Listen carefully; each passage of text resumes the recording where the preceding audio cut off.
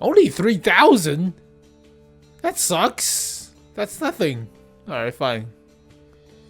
America! Mostly artillery, right? Erlenberg? Oh! 752 was my best battle. Also Erlenberg for the Note 2. Fastest win, under 3 minutes. Total blowout. Yeah, of course. 14 wins in a row. Alright, that's not half bad. Type of tanks, mostly heavy tanks. Yeah, mostly. A bunch of medals, that doesn't matter. There's no audio track? Oh, that's my lucky map, I guess. Artillery! Artillery! Artillery!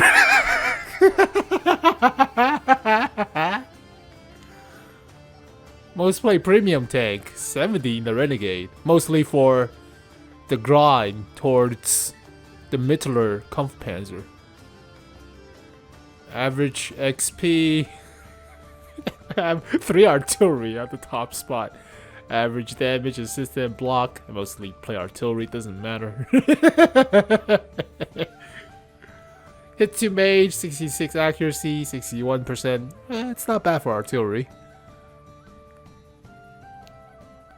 Vehicle spot, I don't spot. I don't play light tanks. I rarely don't. I rarely enjoy light tanks. I don't play light tanks. Most destroy, freaking Bourrasque. I hate it. Destroy Char and Scorpion G.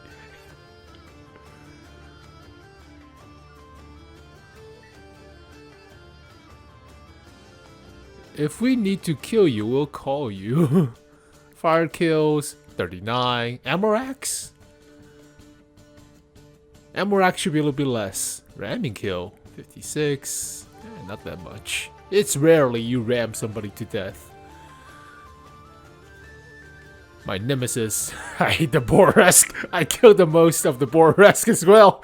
Sons of bitches. Alright. Best battle by type. Ew.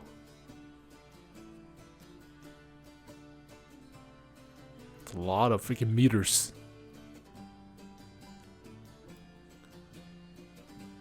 That's it. Ugh. Come on, there's no actual screen. Watch again. I don't want to watch again. So, no news. We have in preparation of 1.23.1. It is the Japanese heavy tanks mostly, and the gun cooling stuff. But yeah, it feels like a E5 with accuracy at the cost of hull armor, mostly. But okay, it starts at tier 8. The fun starts at tier 8. Lower tier is this one's utter trash. Garbage gun depression, even though it says 10 degrees, it's not. The mini boobs, mini turrets block your gun depression most of the time, so it's like a OHO at tier 5. It sucks. Also lack of armor. So this one's a box, this one's a box. Fun starts at tier 8, tier 9, tier 10. But I think the tier 9 is the best one out of all of them, mostly.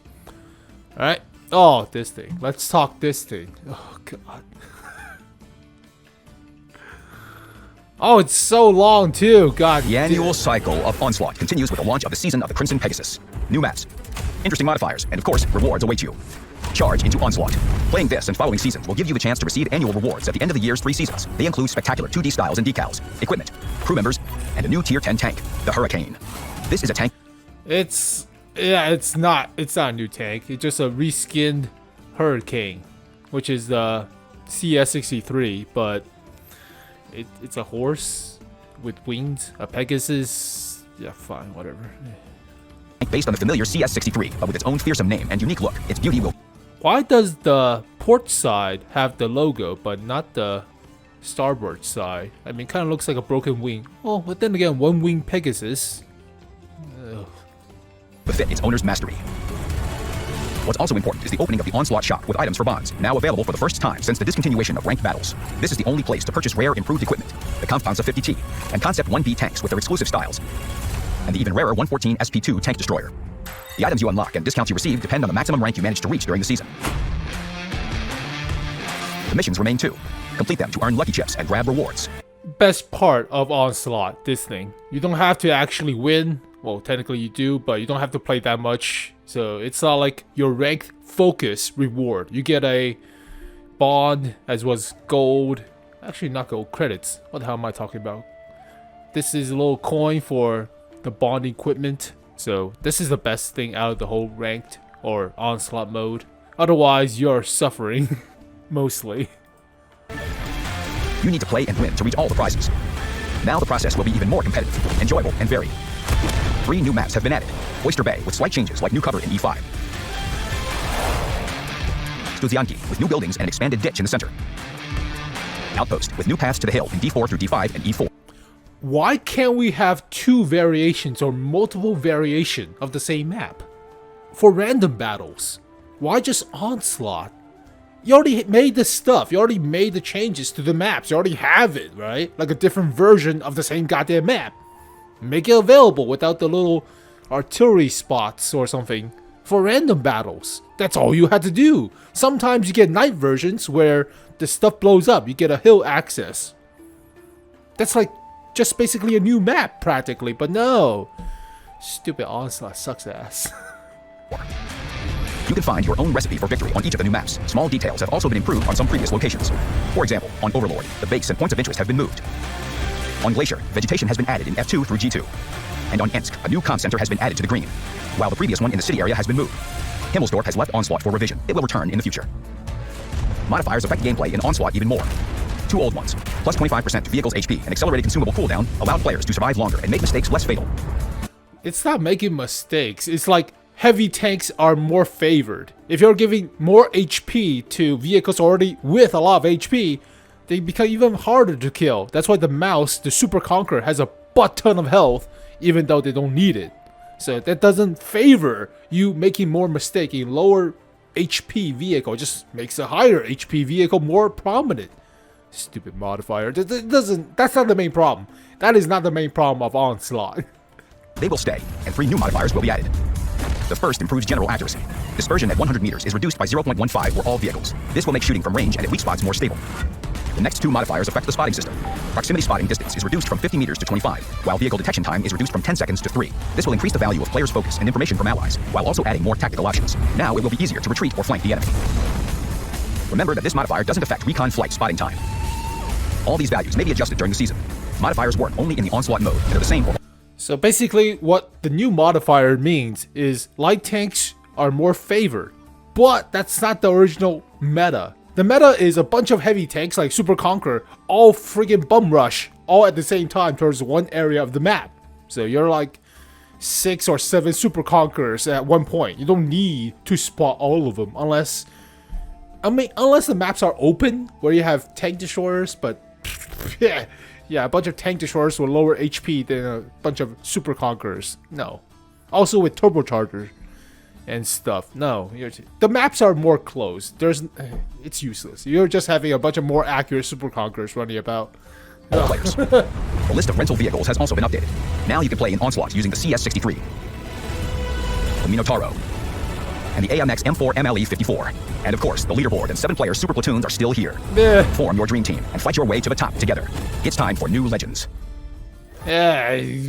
Piece of crap. It doesn't matter. The main downside, the main bad spot about Onslaught is it's the mechanics of the chevrons now. It's not a chevron thing, but it's how you progress towards the next stage or next level of Onslaught, which means if you lose, even if you do well, you will lose points. Now granted, the points are not as much, but still you are losing points. Whereas originally, you don't lose points, you actually made points, made chevrons if you lose.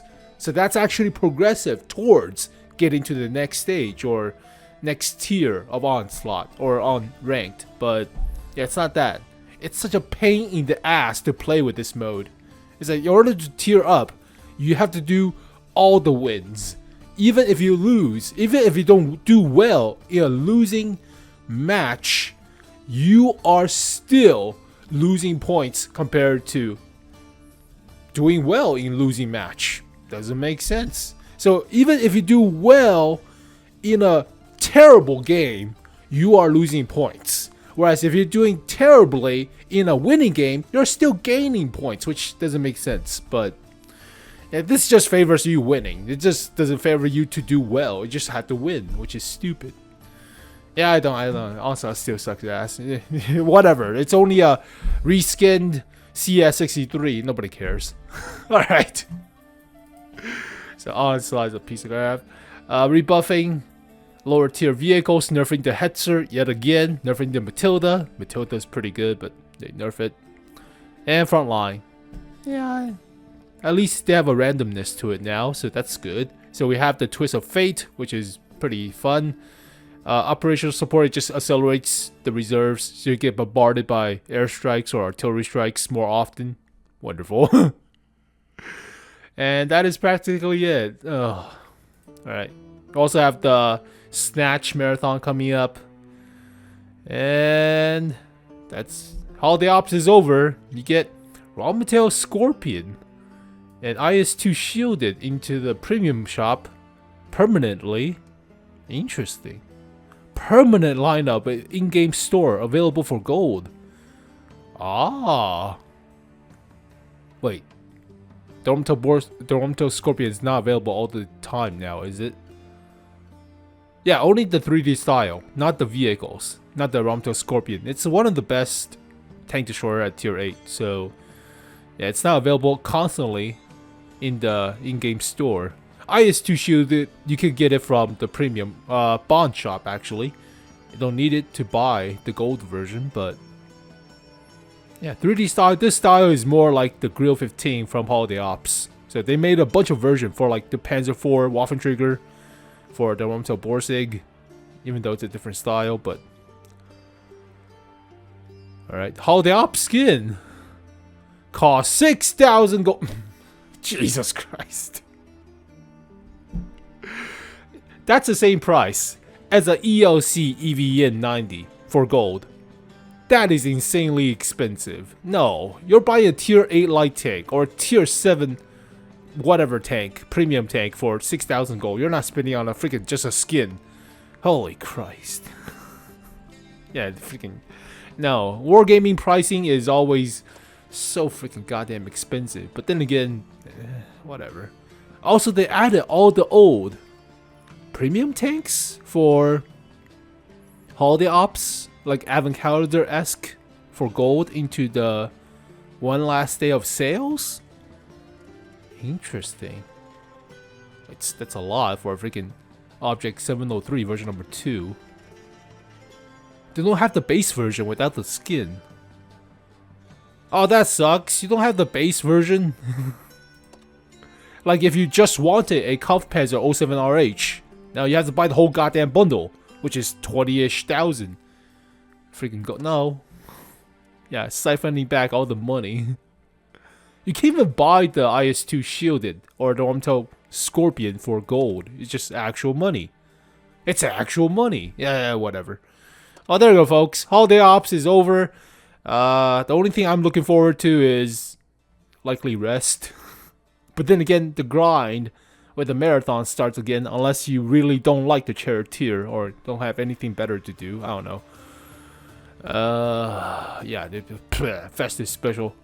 What the hell is this? Oh, World of Tanks Plus. Yeah, you cannot buy the vehicle separately. You have to buy the whole bundle, and the bundle is like 20-ish thousand gold, which is extremely expensive. All right, folks. So, all right, no more Holiday Ops. Hopefully, you guys take the most advantage out of the bonus towards crew trading or credit making or whatever. But you get this thing if you logged in. But it's oh god, it sucks. Also, it's a terrible tier 9. If this thing was a tier 8 medium tank, we can talk. But no, it's a tier 9. It's not even a premium. God, it sucks. Well, as always, thank you guys for watching this video. Hopefully, you guys enjoyed it. I do play a lot of artillery. But I'll see you guys next time. Peace.